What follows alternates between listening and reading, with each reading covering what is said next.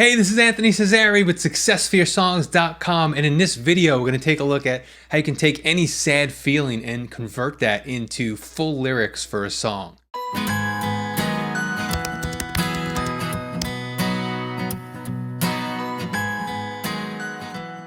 So the first of the 3 steps is to take whatever overall sad feeling you're trying to convey and put that into imagery, because that imagery will become unique to you and your voice as a songwriter. Now, there are quite a few ways that you can do this. Probably 3 of some of the most effective ways include using metaphors, engaging the 5 senses, or taking an old cliche but giving it a new meaning. Just using old cliches doesn't make people associate a lyrical idea with you. It just stays generic to them. But if you can give that old cliche new meaning, then it can be unique to you and descriptive. So metaphors are a really common way of engaging the senses. I have videos that get more into detail about that, but generally, if you're taking 2 ideas that don't normally belong together and kind of mashing them together, you're creating a metaphor. Engaging the 5 senses is also a really quick way to get to visual language in your lyrics. You can really bring people into a story when you start to talk about what you're seeing or what you're hearing, tasting, and touching, instead of just saying the feelings that you're talking about. And also, like I said, giving meaning to an old cliche can do it as well. So let's look at a few examples. So this is one that I've used in one of my songs. It's called Love Is Up in the Air. This would be giving an old cliche new meaning. Technically, it's giving 2 old cliches new meaning, because I'm mashing together love is in the air and the phrase up in the air. So on their own, love is in the air is something that we've heard a million times, not unique. Same thing with the idea of something being up in the air, but love is up in the air is kind of mashing 2 of those together to give new meaning to a couple of cliches. So the meaning of this here being that there's uncertainty in this love. Another way I've taken a feeling and converted it to something more descriptive is in another title, What Time Is It Where You Are? So normally this is just a question, but in the case of this song, I was using it as conveying the feeling of somebody feeling far away from you. It's in the context of someone being far away, so it's giving it more meaning than just being a more general question. So instead of just saying you feel far, it becomes what time is it where you are? So it's adding an additional element to discuss that distance that's happening between 2 people. So let's look at what some of the pros have done. Here's a great metaphor by John Mayer. So his song, Slow Dancing in a Burning Room, the idea and the emotion that he starts with there is this is ending. But now he's saying that in a much more visual way. It's very easy to see, a couple dancing in a room that's burning. Had he just said this is ending, it's just so general, it wouldn't connect with us as much. So there's also a song called If You Leave Me Now by Chicago. What I like about this one is it kind of leaves you wanting more. So just by this title alone, it's not a question, but it acts like one in the sense that it makes you want to know more. It's like, if you leave me now, then what? Is kind of what's implied there. So it's taking that emotion of loneliness and it's turning it into a phrase that leaves us longing for something. And then there is Slip Sliding Away by Paul Simon. So I like this because it's visual. It also has alliteration, which is always nice too. But it's definitely a more visual way of referring to something being lost. Okay, so those are some examples for step 1. Take your overall feeling and convert that into some kind of imagery or some kind of phrase that's unique to you or unique to how you would say it as a writer. Before we move on, I just want to mention that we have a couple of free songwriting cheat sheets for you that can download in the upper right-hand side of the screen. You can just tap that little eye and grab those. Also, if you have not yet subscribed to this YouTube channel to stay updated on our latest songwriting videos, we've got a subscribe button on the lower right-hand side of the video. You can do that there.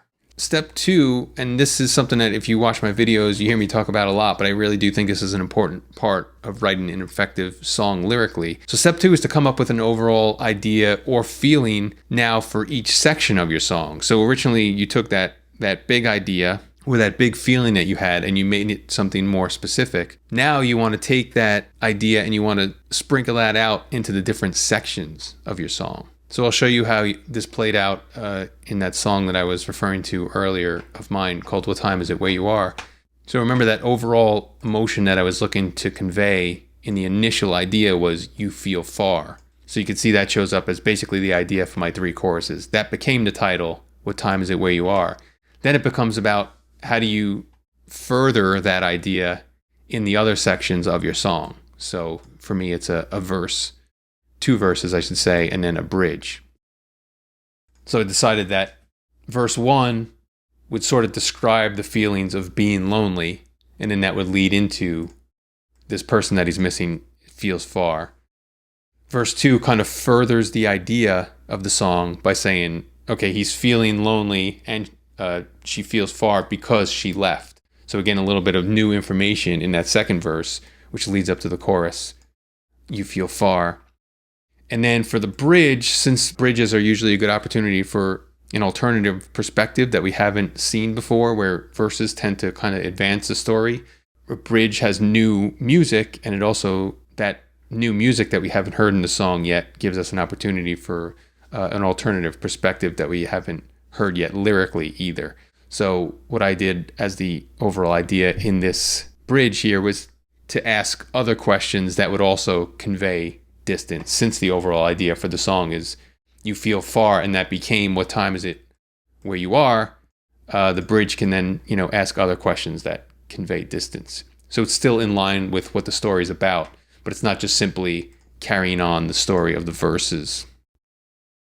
But this is just an idea for you to take your new specific overall concept and sprinkle it out into ideas for each section of your song. And if you want to see what the specific lyrics are for this song, I have a link for it on this video and below the video as well. Okay, so then the third step is, once you have all that, now you can convert those sectional ideas into specific lines for your verse and your chorus and the other sections of your song. So you started with this overall feeling that became a specific kind of title and a specific concept for the whole song. Then you come up with a more general feeling for each section. And now the third part of that is converting each of those more general sectional ideas into specific lines that are going to become your sections, your verses and your choruses. So for this, I'll show you how I did this in that other song that I was talking about originally, Love Is Up in the Air. So for this one, I had this one idea in that song where one of the sections I wanted to say, I always say I'm going to change when I think she's leaving, but then when she comes back, I don't stick to those promises. So that was the idea for this one part of the song. So I could have just said that directly, but I thought, there's a better way to be more engaging with that. So those lyrics became, when she packs, I write out the ways, I swear that I'll change, got much more to give. When she's back, those goals become caged in a crumpled up page, and that's where they live. So especially this part here about those goals become caged in a crumpled up page, and that's where they live. That's a more visual way of saying I don't stick to my promises. I mean, I could have just said that, but when you can make an idea like this visual and it becomes more easy to see in the listener's mind, they remember it better. And it's just more interesting. It's something that can, again, it becomes unique to you as your writer. Had I just said, I don't stick to my promises, that's something anybody would say and does say. So another example from that song is the idea for a specific part of the song was, we're always on again, off again, how long can that last? And then the lyrics became, I know this is how it's always been, our pushing, pulling dances in the wind. When we stretch apart, we seem to snap back into place, but will our tethered connection break? So again, I could have just put that first initial idea right into the song, but instead talking about pushing, pulling dances in the wind, and stretching apart and snapping back into place, and then a tethered connection that could break, much more visual way to describe the same thing. And then I'm able to fill out that section with that, overall idea. And if you want to hear all the lyrics for that song, I've also got a link for that one on the screen and below this video as well. So let's look at how one of my favorite lyricists, John Mayer, did this in Dreaming with a Broken Heart. So the idea in one of his sections is, you're not in my life anymore. That lyric became, do I have to fall asleep with roses in my hand? Would you get them if I did? No, you won't, because you're gone. And all that, keep in mind, is in the context of a song called Dreaming with a Broken Heart. So when he's talking about, do I have to fall asleep with roses in my hand, it ties back to what that original idea is all about. So again, just a cool visual way of taking this idea of you're not in my life anymore, that anybody else could have just said that way, and made it unique to him and visual and descriptive and just a really cool thing to listen to in a song. So I think when you start to think about that initial feeling that you're trying to convey into lyrics and you break it down into these 3 steps, start by just taking that feeling and making it a specific thought, which will end up being your title. Then take that title and break it down into overall feelings for each of your sections, and then take those overall feelings for each section and convert that into more specific lyrics. And then you can end up with an effective visual way of conveying that initial feeling that had you just said that feeling as is throughout your song, I'm feeling sad, or this is upsetting to me, or whatever it is, something that wouldn't really connect with somebody, now you'll be much more likely to do that, I think, when you take this approach. So play around with it and see what you can come up with there.